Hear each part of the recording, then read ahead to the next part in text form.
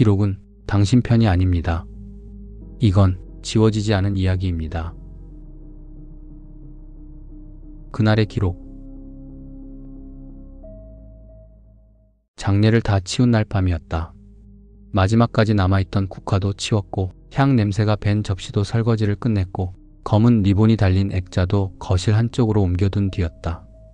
집은 이상하리만큼 조용했다.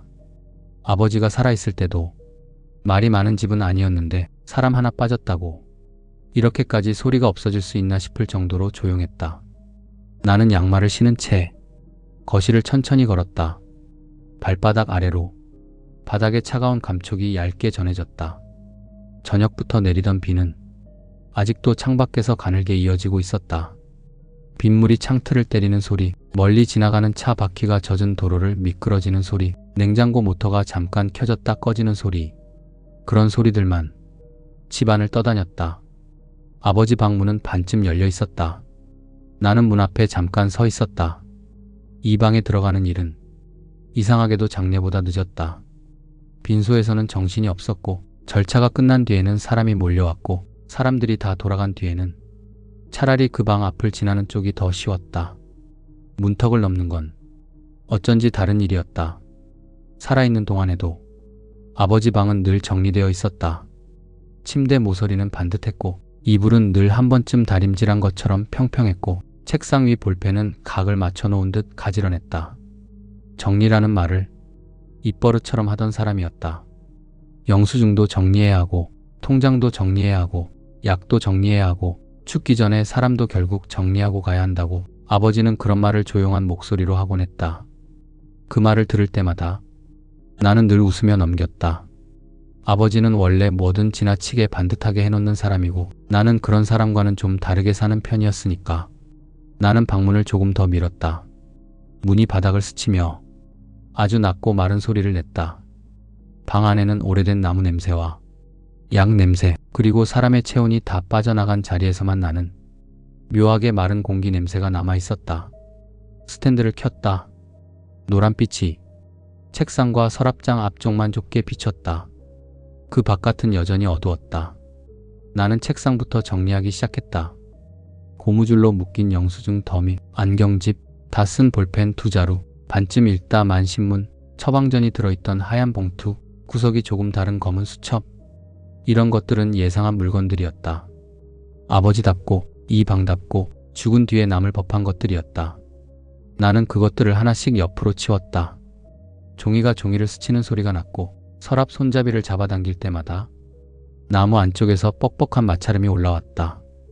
첫 번째 서랍에는 도장과 통장이 있었다. 두 번째 서랍에는 병원 관련 서류가 있었다. 입원 확인서, 영수증, 약봉투, 검사 일정표.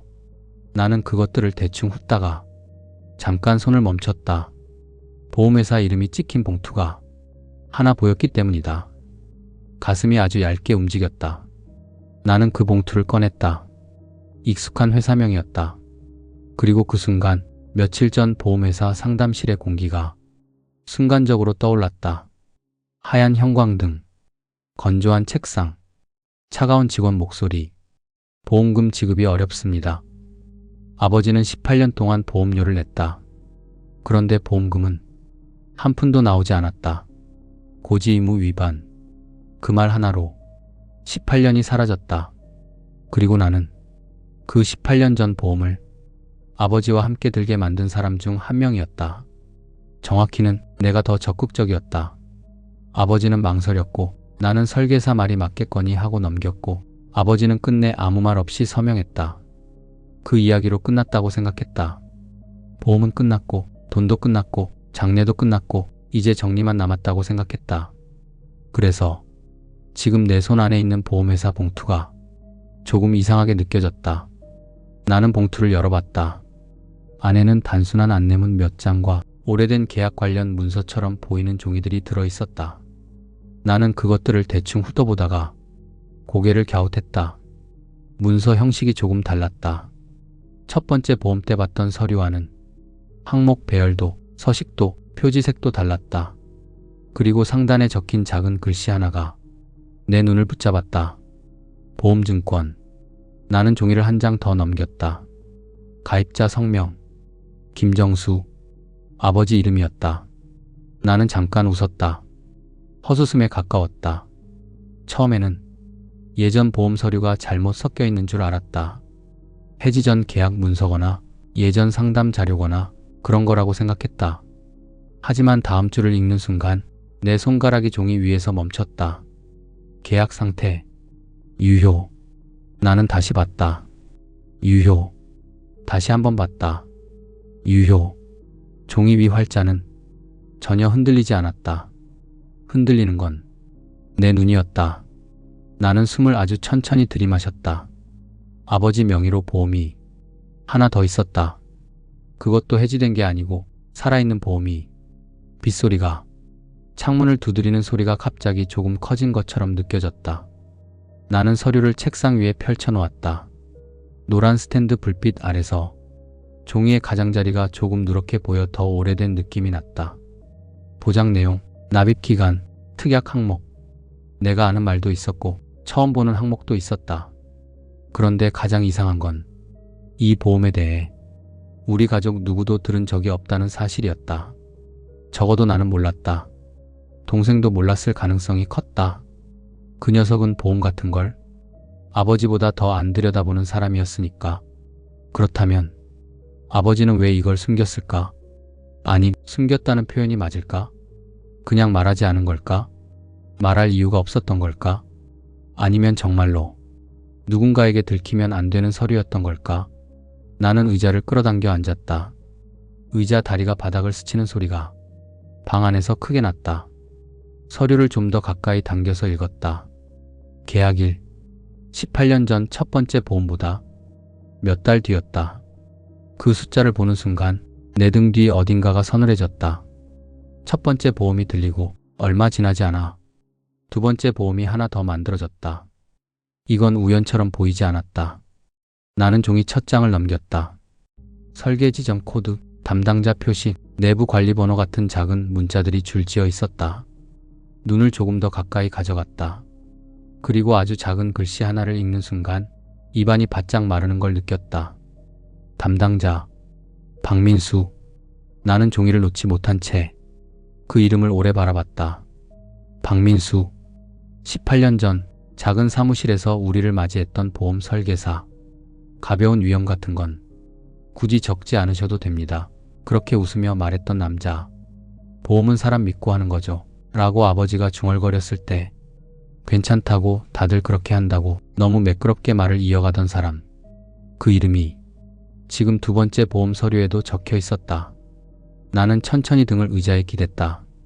나무가 아주 약하게 삐걱했다. 머릿속이 이상하게 맑아지는 느낌이 들었다. 충격을 받으면 오히려 정신이 또렷해질 때가 있다. 바로 그런 순간이었다. 첫 번째 보험은 고지 의무 위반으로 무너졌다. 보험금은 0원이었다. 그런데 아버지는 그 설계사와 다시 몇 달 뒤에 또 하나의 보험 계약을 했다. 왜? 그 질문 하나가 방 안 공기 전체를 눌렀다. 나는 다시 서류를 넘겼다. 특약 설명 문서가 붙어 있었다. 맨 아래쪽에 별도 보관 문서 참조라는 표시가 작게 찍혀 있었다. 별도 보관 문서. 나는 그 말을 낮게 중얼거려 봤다. 이 보험은 겉으로 보기엔 평범했다. 하지만 평범한 보험이라면 굳이 별도 보관 문서가 있을 이유가 없었다. 더구나 가족 누구에게도 말하지 않았다면 이건 애초에 누군가 보여주기 위해 만든 계약이 아닐 수도 있었다. 나는 서류를 한 장씩 다시 넘겼다. 종이 냄새가 났다. 오래된 종이에서만 나는 먼지와 잉크와 시간 냄새가 섞인 냄새. 그 냄새 속에서 아버지가 이 종이를 혼자 들여다봤을 장면을 상상했다. 이 방에서였을까? 아니면 병원 복도 의자에 앉아서였을까? 아니면 내가 없는 낮 시간 부엌 식탁 위에 펼쳐놓고 한 줄 한 줄 읽어 내려갔을까? 아버지는 왜 그 두 번째 보험을 들었을까?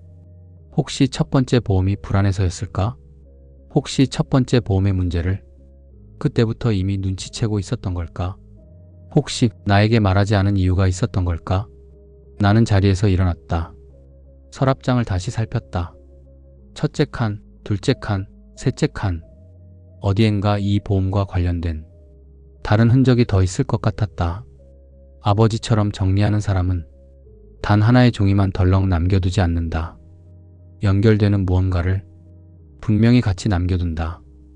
둘째 칸 맨 안쪽에는 고무줄로 묶인 서류 뭉치가 하나 더 있었다. 나는 그것을 꺼냈다. 병원 기록도 아니고 통장도 아니고 생활비 메모도 아니었다. 상담 명함들이었다. 보험, 병원, 약국, 은행. 명함이 여러 장 섞여 있었는데 그중 하나가 반쯤 접힌 채 끼워져 있었다. 나는 그 명함을 펴봤다. 박민수. 같은 이름, 같은 회사, 같은 지점. 내 손끝이 차갑게 식었다. 아버지는 이 명함까지 따로 보관하고 있었다. 그냥 보험을 들었던 고객이라면 명함을 18년 동안 보관할 이유가 없다. 잊지 않으려고 남겨둔 거다. 나는 명함 뒷면을 뒤집어 봤다. 볼펜으로 적은 짧은 메모가 있었다. 그 말 다시 확인. 딱 그 한 줄이었다. 나는 한동안 숨을 쉬지 못한 것처럼 가슴이 뻐근했다. 그 말 다시 확인. 무슨 말? 설계사가 했던 말? 병력은 괜찮다는 말? 보험은 유지된다는 말? 아니면 나중에 문제 없다는 말? 서랍 안에는 작은 녹음기 하나도 있었다. 손바닥보다 작은 크기의 오래된 디지털 녹음기. 액정은 꺼져 있었지만 먼지 낀 표면이 누군가에게 오래 만져진 흔적을 남기고 있었다. 나는 그걸 들어 올렸다. 무게는 가벼웠다. 그 가벼운 물건이 왜 그렇게 무겁게 느껴졌는지 모르겠다. 손안에서 차갑게 식은 플라스틱 감촉이 느껴졌다. 나는 액정을 눌러봤다. 켜지지 않았다. 배터리가 다 된 건지 고장난 건지 아니면 내가 잘못 누른 건지 알 수 없었다. 하지만 그걸 본 순간 확신이 하나 생겼다. 아버지는 알고 있었다. 적어도 무언가 이상하다는 건 알고 있었다. 그리고 그 이상함을 종이와 명함과 장치로 조용히 남겨두고 있었다. 돈을 남기지 못하더라도 기록은 남길 수 있으니까. 나는 책상 위에 두 번째 보험 서류와 명함과 녹음기를 나란히 놓았다. 노란 스탠드 불빛이 그 세 가지 위에만 고여 있었다. 그 바깥은 전부 어두웠다. 마치 그 빛 안쪽에만 아버지가 마지막까지 붙잡고 있던 진실이 남아있는 것 같았다. 나는 아주 낮은 목소리로 말했다. 아버지. 말끝은 저절로 흐려졌다. 내가 지금 뭘 먼저 해야 하는지 머릿속으로 정리하려 했다. 보험사에 다시 가야 했다.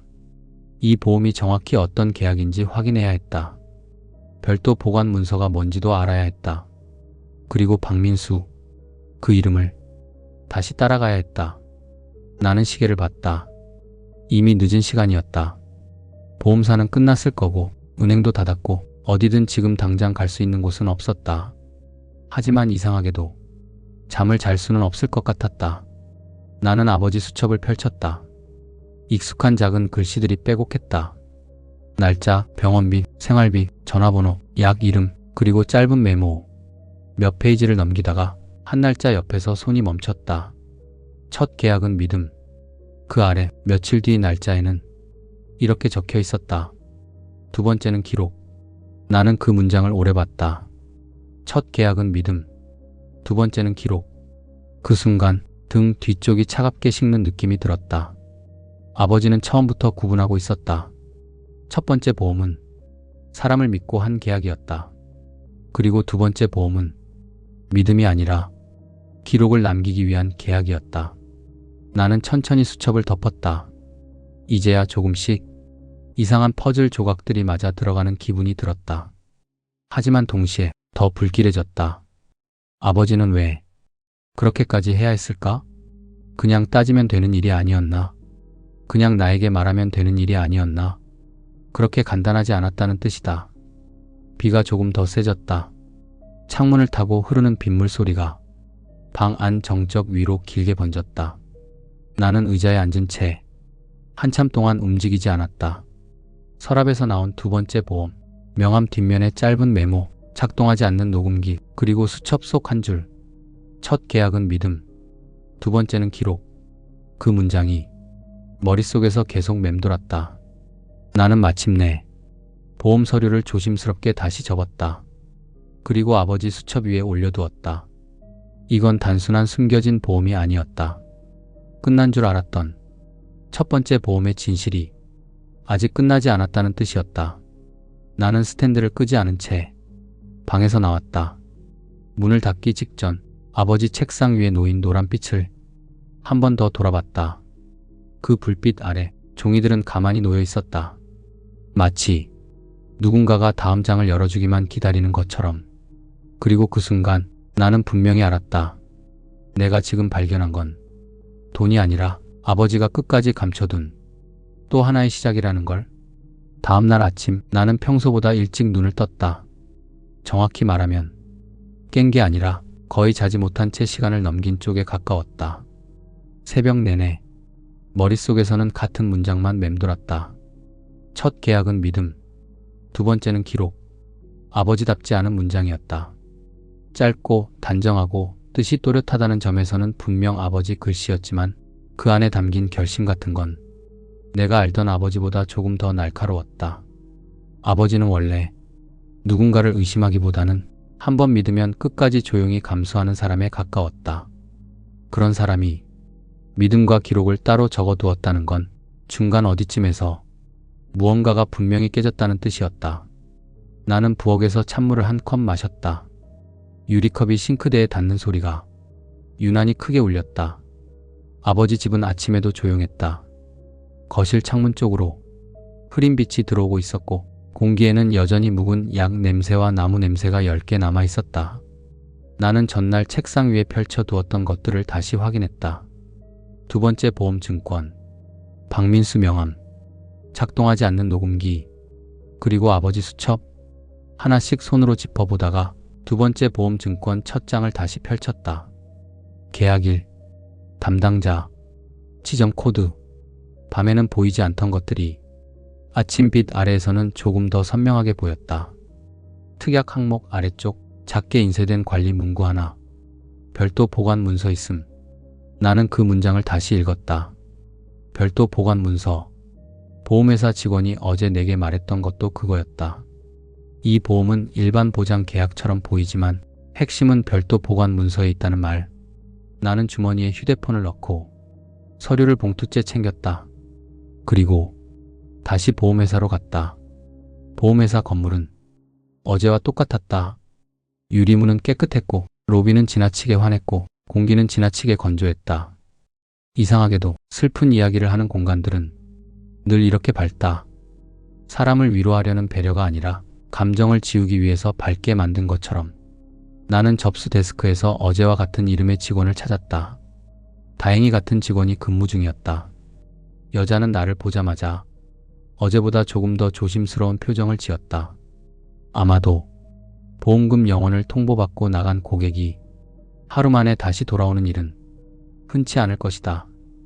나는 자리에 앉자마자 봉투에서 두 번째 보험 증권을 꺼냈다. 직원이 서류를 보는 순간 눈빛이 아주 조금 흔들렸다. 그건 분명 이건 뭘까가 아니라 이걸 어떻게 발견했지에 가까운 반응이었다. 나는 그걸 놓치지 않았다. 이 보험, 내가 낮게 말했다. 아버지 명의로 하나 더 있더군요. 직원이 서류를 받아들었다. 형광등 아래에서 종이가 아주 하얗게 떠올랐다. 여자는 두 장 정도 넘겨보더니 키보드 쪽으로 손을 옮겼다. 딱, 딱, 딱. 키보드 소리가 또렷했다. 잠시 후 직원이 말했다. 네, 확인됩니다. 나는 묻지 않고 기다렸다. 직원이 모니터를 보며 말을 골랐다.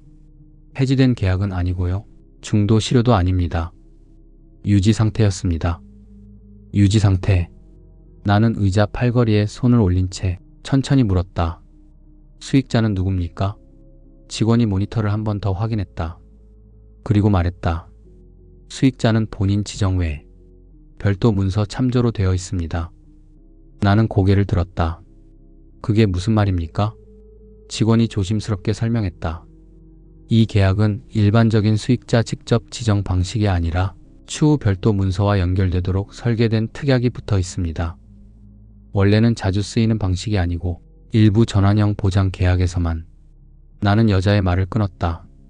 쉽게 말해주세요. 직원이 잠깐 입을 다물었다가 다시 말했다. 보험금이 바로 누구에게 지급되는 구조가 아니라 계약과 연결된 별도 문서가 효력을 먼저 확인하는 방식입니다. 나는 한동안 말이 없었다. 보험이 하나 더 있었고 그 보험은 일반 보험처럼 보이는데 실제 핵심은 보험안이 아니라 보험에 붙은 다른 문서에 있다. 이건 평범한 보험이 아니었다. 아버지는 그걸 알고 들었을까? 아니면 또 설계사 말에 따라 그냥 서명했을까? 나는 증권 첫 장을 뒤로 넘기고 두 번째 장을 책상 쪽으로 밀었다. 여기 담당자 이름 보이시죠? 직원이 시선을 내렸다. 박민수. 그 이름을 보는 순간 여자의 표정이 아주 미세하게 바뀌었다. 나는 그걸 다시 보았다. 아주 짧은 흔들림. 확실하지 않으면 모를 정도의 작은 변화였지만 나는 지금 그런 것만 보고 있었다. 이 사람, 내가 말했다. 첫 번째 보험 설계사와 같습니다. 직원이 바로 대답하지 않았다. 나는 조용히 말을 이었다. 첫 번째 보험은 고지의무 위반으로 보험금이 거절됐습니다. 그 설계사가 박민수였고요. 그런데 몇 달 뒤 같은 사람이 아버지에게 두 번째 보험을 하나 더 들게 했습니다. 상담실 안이 잠깐 조용해졌다. 멀리 다른 창구에서 프린터 돌아가는 소리가 들렸다. 사각, 사각. 그 소리가 이상하게 멀게 느껴졌다. 직원이 낮게 말했다. 담당 설계사 이력은 정확한 확인이 필요합니다. 필요하면 하세요. 내 목소리는 생각보다 차분했다. 차분했지만 그 안에 얇고 단단한 무언가가 들어가 있는 걸 나 자신도 느꼈다. 그리고 이 별도 보관 문서 지금 확인할 수 있습니까? 직원이 망설였다.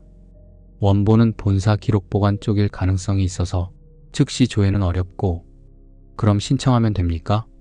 직원은 내 얼굴을 보더니 조심스럽게 고개를 끄덕였다. 가능은 합니다.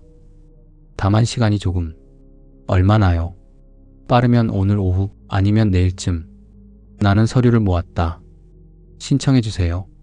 직원은 다시 키보드를 두드리기 시작했다. 딱, 딱, 딱. 그 규칙적인 소리를 듣는 동안 나는 유리벽에 흐릿하게 비친 내 얼굴을 봤다. 하룻밤 만에 조금 더 피곤해 보였다. 조금 더 늙어 보이기도 했다. 그건 아마 아버지가 남긴 종이들 사이를 헤매기 시작한 순간부터 나는 이미 조금 달라졌기 때문일 것이다. 신청서에 서명하는 칸이 나왔다.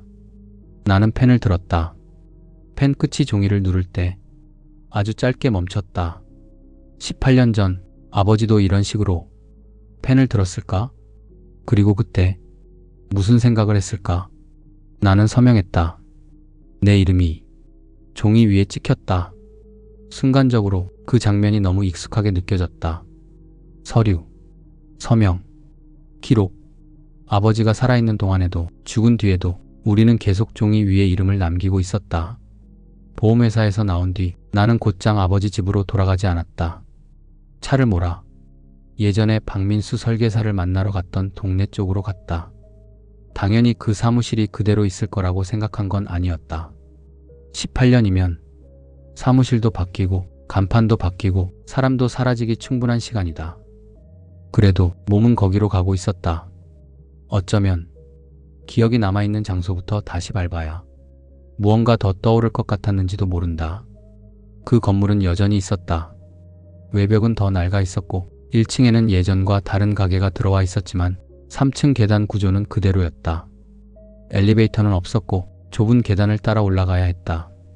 벽에는 오래된 광고 스티커 자국이 남아 있었다. 누군가 떼어낸 흔적이 빛바랜 사각형으로 남아 있었다. 3층 복도에 도착했을 때 나는 잠깐 멈췄다. 예전 보험 사무실이 있던 자리는 지금은 세무사 사무소였다. 유리문 너머로 중년 남자 둘이 앉아 서류를 보고 있었다. 당연한 일이었다. 그런데도 이상하게도 기분이 비어버렸다. 나는 복도에 잠시 서 있었다. 카펫에서는 예전처럼 약한 먼지 냄새가 올라왔고 복도 형광등은 낮게 웅웅거렸다. 그 소리와 냄새 사이에서 18년 전 장면이 떠올랐다. 아버지가 내 옆에 앉아 있었고 박민수가 웃으면서 물을 따랐고 유리컵 바닥이 테이블에 닿는 소리가 났다. 그리고 그가 말했다. 보험은 복잡하게 생각하실 필요 없습니다. 그때는 정말로 그렇게 들렸다. 복잡하게 생각하지 않아도 되는 그냥 어른들이 준비하는 일. 그런데 지금 생각하면 그 사람이 가장 원했던 것도 그거였는지 모른다. 고객이 복잡하게 생각하지 않는 것, 질문하지 않는 것, 의심하지 않는 것, 적지 않는 것. 나는 복도 창문 쪽으로 걸어갔다. 작은 창문 하나가 반쯤 열려 있었다. 바깥에서는 늦은 점심시간대 차량 소리가 올라왔다. 나는 창문 틀에 손을 얹고 가만히 서 있었다. 그리고 그 순간 아주 별것 아닌 기억 하나가 떠올랐다. 첫 번째 보험 계약을 마치고 나오던 날 아버지가 계단 중간쯤에서 잠깐 멈췄었다. 나는 앞서 내려가다가 뒤를 돌아봤고 아버지는 명함을 들여다보고 있었다. 그때 내가 물었다. 왜요? 아버지가 대답했다. 전화번호를 적어놔야지. 나는 웃으며 말했다.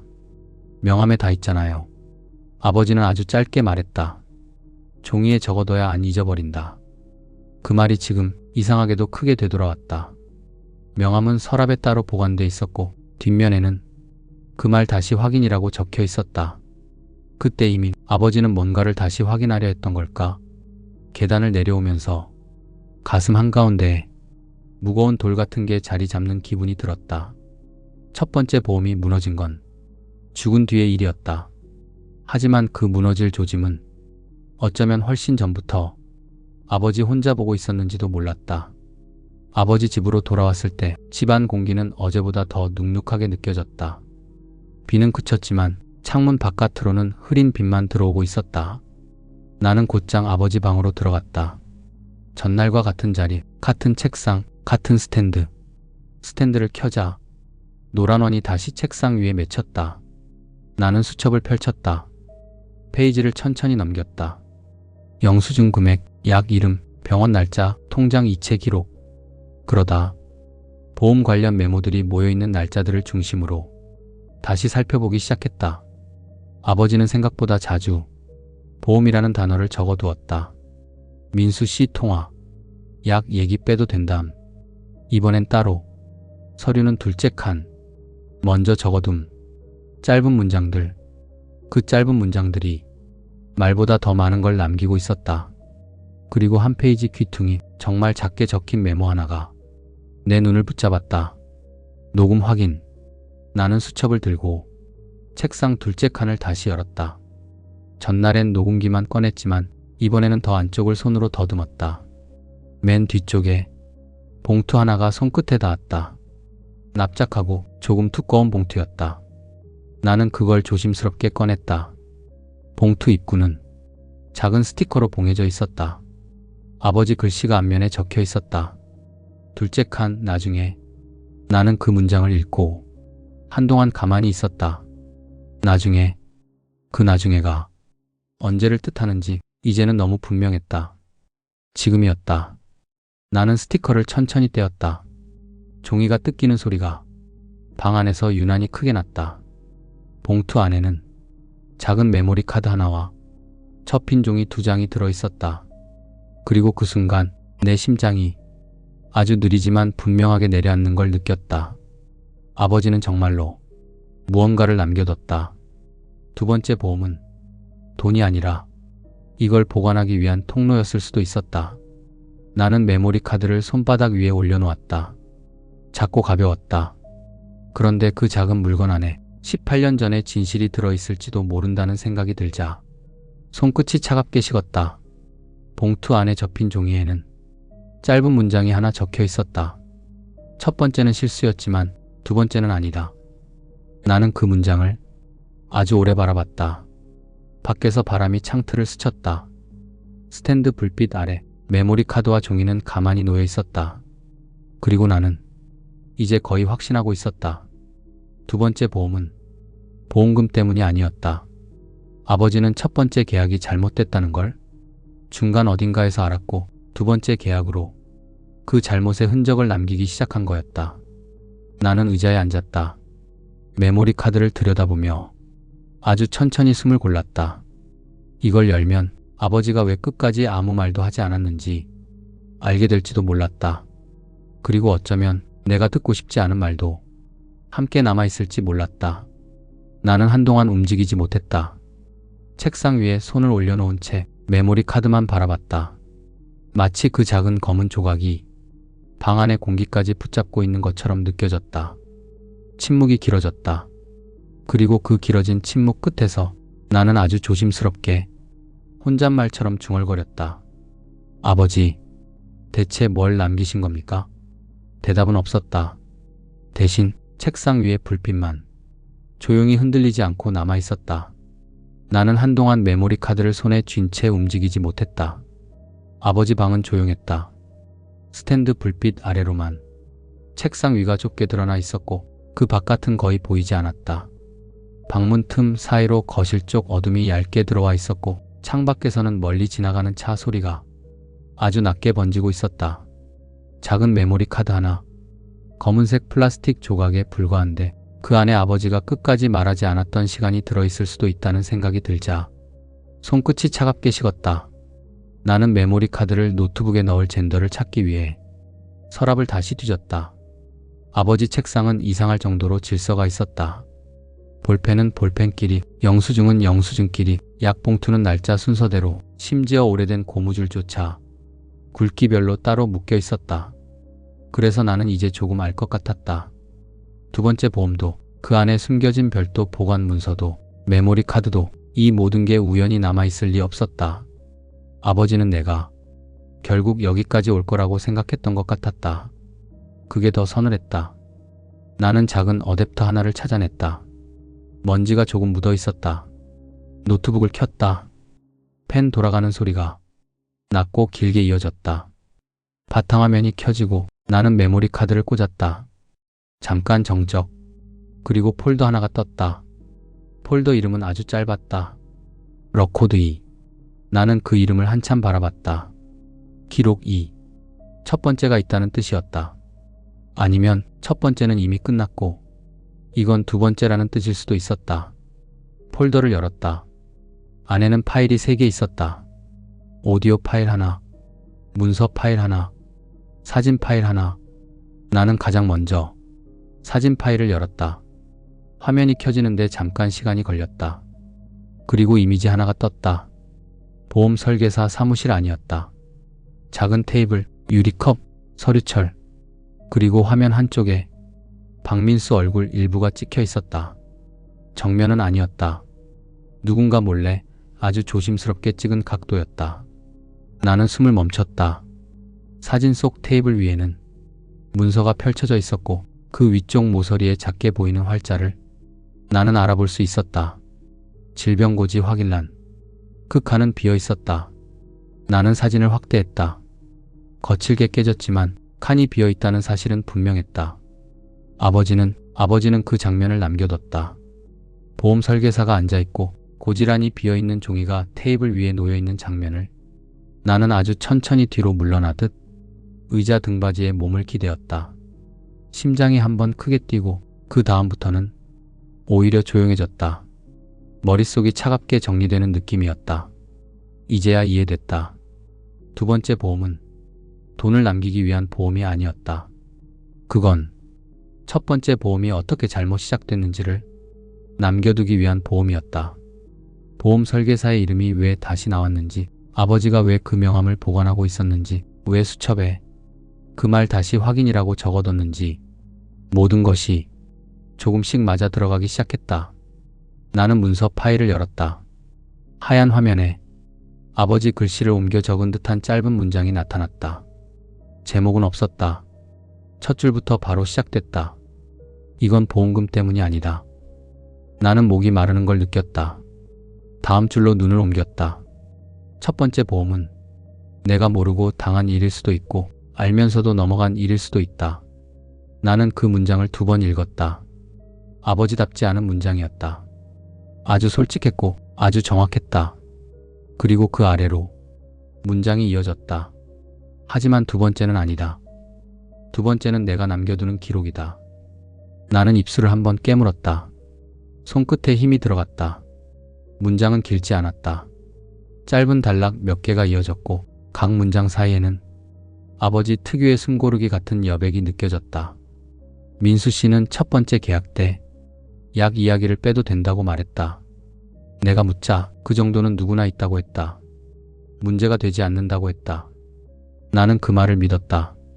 나는 눈을 감았다가 다시 떴다. 기억이 떠올랐다.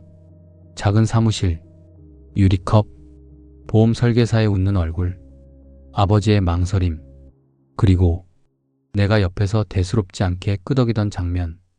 아버지는 계속 적어두었다. 하지만 집에 돌아와 생각해보니 그 말이 너무 쉬웠다. 아픈 걸 빼도 된다는 말이 왜 그렇게 쉽게 나오는지 그날 밤부터 마음에 걸렸다. 그래서 다시 만났다. 그 아래 문장을 읽는 순간 내 등이 아주 천천히 굳는 걸 느꼈다. 두 번째 보험은 확인을 위한 계약이다. 확인을 위한 계약. 보험이 아니라 확인. 보장이 아니라 확인. 나는 화면을 보며 숨을 길게 내쉬었다. 그때 노트북 하단에 열려있는 오디오 파일이 눈에 들어왔다. 파일명은 짧았다. VYCLAST. 나는 잠깐 손을 멈췄다. 이 파일이 제일 마지막일 것 같았다. 그리고 동시에 제일 듣기 싫은 것일 수도 있었다. 아버지 목소리는 이상하게 사람을 붙잡는다. 살아있을 때는 그렇게 많은 말을 하지 않던 사람이 죽은 뒤 남긴 목소리는 이상하리만큼 오래 귀 안에 남는다. 나는 재생 버튼을 눌렀다. 처음 몇 초간은 아무 소리도 없었다. 가까운 곳에서 마이크를 잡은 손이 작게 스치는 소리만 들렸다. 그리고 아주 낮은 숨소리 뒤에 아버지 목소리가 나왔다. 조금 잠긴 목소리였다. 병원에 오래 있었을 때의 목소리. 숨을 한번 모은 뒤에야 짧은 문장이 나오는 목소리. 이걸 듣는 사람이 잠깐 정적. 내 아들이면 좋겠다. 나는 숨을 멈췄다. 아버지가 계속 말했다. 다른 사람이 먼저 들을 수도 있겠지.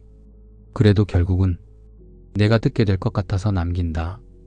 목소리 뒤로 아주 작은 기계음이 들렸다. 병실 모니터 소리인지 녹음기 자체의 잡음인지 알 수 없었다. 아버지는 아주 천천히 말했다. 첫 번째 보험은 내가 믿고 한 거다. 그 말이 나온 순간 수첩에 적혀있던 문장이 머릿속에서 그대로 겹쳐졌다. 첫 계약은 믿음. 아버지가 말했다. 그 사람 말이 너무 쉬웠다. 쉬운 말은 나중에 늘 비싸게 남더라. 나는 눈을 내렸다.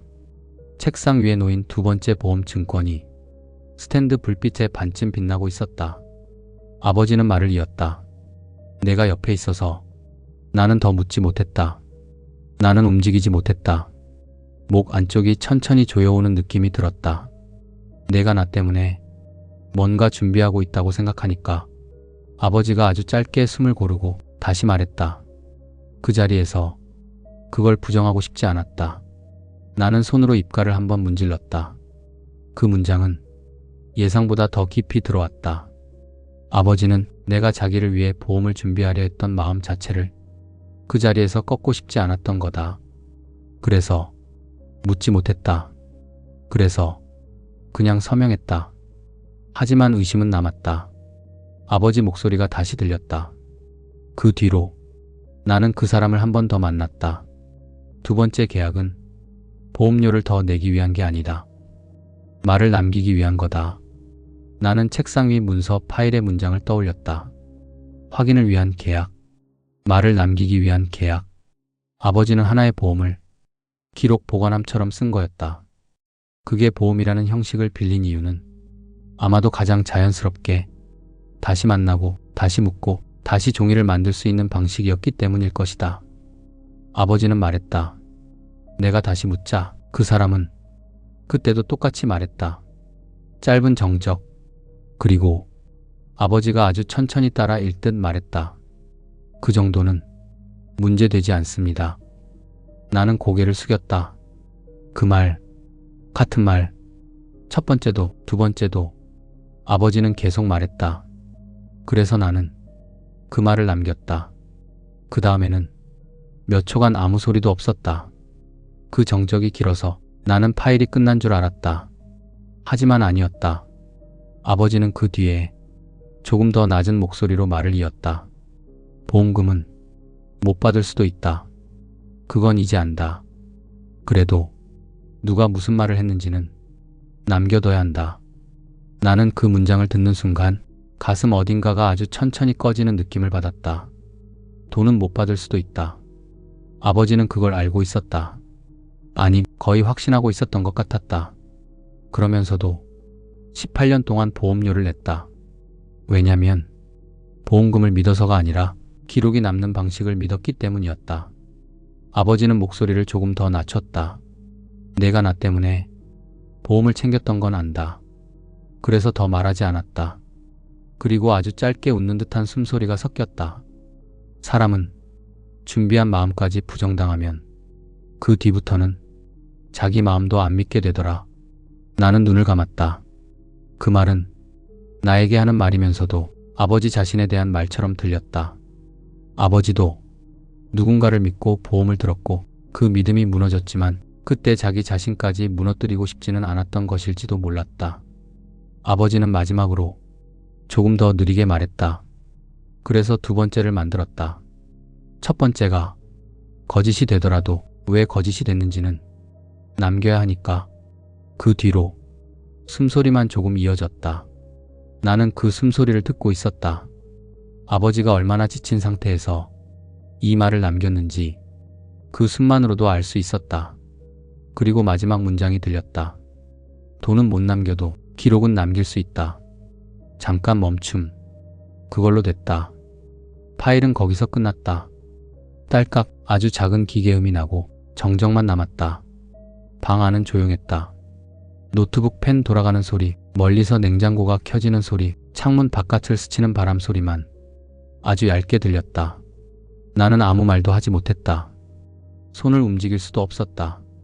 보험금이 영원이라는 사실보다 아버지가 그 사실을 나보다 훨씬 먼저 알고 있었을지 모른다는 사실이 더 무겁게 내려앉았다.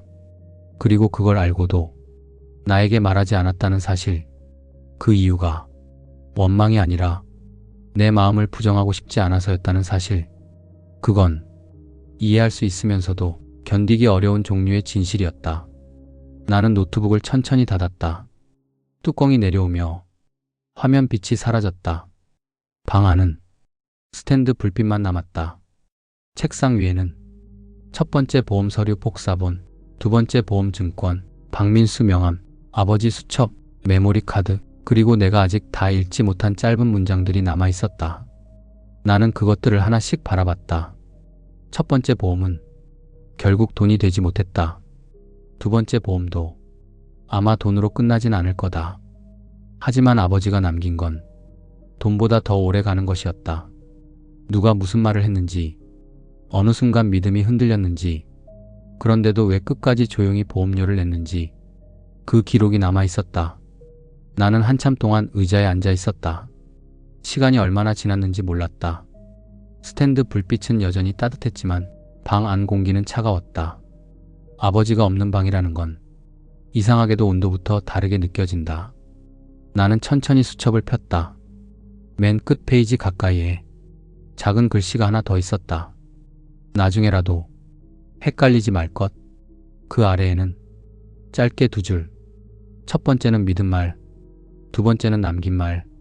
나는 그 문장을 오래 봤다. 그리고 그제야 아버지가 왜 두 번째 보험을 가족에게 숨겼는지 알 것 같았다. 이건 설명해도 곧바로 이해받을 수 있는 일이 아니었다. 보험 하나 더 든 이유가 보험금을 늘리려는 것도 아니고 다른 사람에게 돈을 남기려는 것도 아니고 누군가의 말을 기록으로 묶어두기 위한 것이었다는 걸 누가 쉽게 믿겠는가. 아버지는 그래서 말 대신 서랍에 남겨두었다. 내가 언젠가 직접 찾게 되기를 기다리듯. 나는 자리에서 일어났다. 서랍을 다시 열고 모든 서류를 차례대로 정리했다.